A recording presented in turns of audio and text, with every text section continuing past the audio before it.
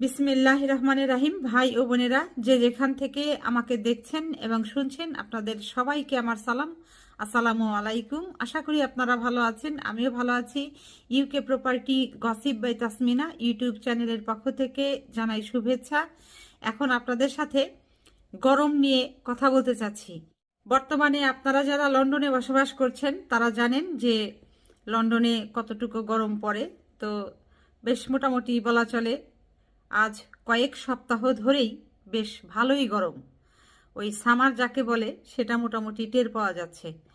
তো আগামী দিন 10 জুলাই 2025 লন্ডনের তাপমাত্রা থাকবে 30 ডিগ্রি সেলসিয়াস, আর এটি অনুভব হবে আরও বেশি।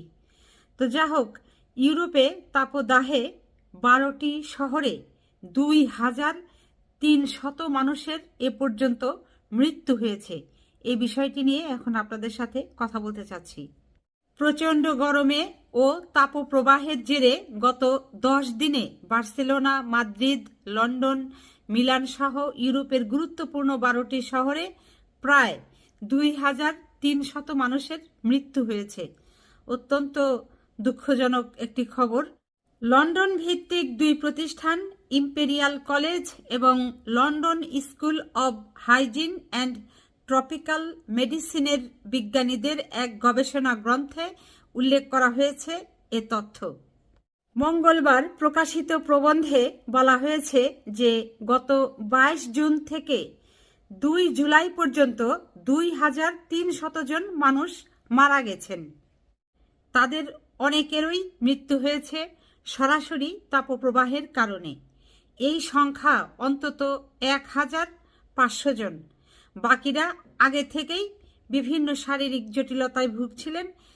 তীব্র তাপপ্রবাহ তাদের মৃত্যুর অনুঘটক হিসাবে কাজ করেছে। গরমে আমারও গলার মোটামুটি 12টা বেজে গেছে, যে কারণে অনেক সময় ওই ভয়েসটা চলে যাচ্ছে। তো যা হোক, এজন্য দুঃখ প্রকাশ করছি। গত জুনের মাঝামাঝি থেকে জুলাইয়ের প্রথম সপ্তাহ পর্যন্ত ইউরোপ জুড়ে বয়ে গেছে ব্যাপক তাপপ্রবাহ। শীতল আবহাওয়ার মহাদেশ ইউরোপের বেশিরভাগ অঞ্চলে এই সময়সীমায় তাপমাত্রা ছাড়িয়ে গেছে 40 ডিগ্রি সেলসিয়াস।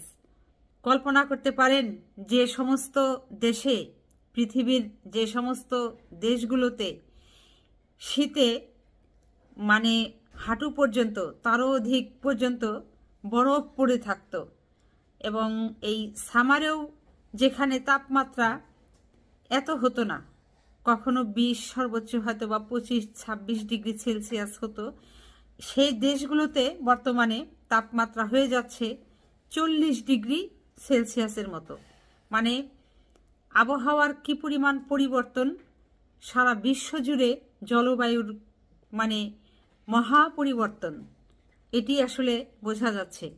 ইম্পেরিয়াল কলেজের কর্মকর্তা ও গবেষক দলের অন্যতম সদস্য ডক্টর বেন ক্লার্ক জানিয়েছেন, সাধারণত সামারে ইউরোপে যে তাপমাত্রা থাকে, এবার সামারে তাপমাত্রা তার চেয়েও 4 ডিগ্রি বা অনেক জায়গায় তার চাইতেও বেশি। ব্রিটিশ বার্তা সংস্থা রয়টার্সকে বেন ক্লার্ক বলেন, জলবায়ু পরিবর্তনের কারণে সাম্প্রতিক বছরগুলোতে ইউরোপ উল্লেখযোগ্যভাবে উষ্ণ হয়ে উঠেছে এবং গ্রীষ্মকাল ক্রমশ বিপজ্জনক হয়ে উঠছে।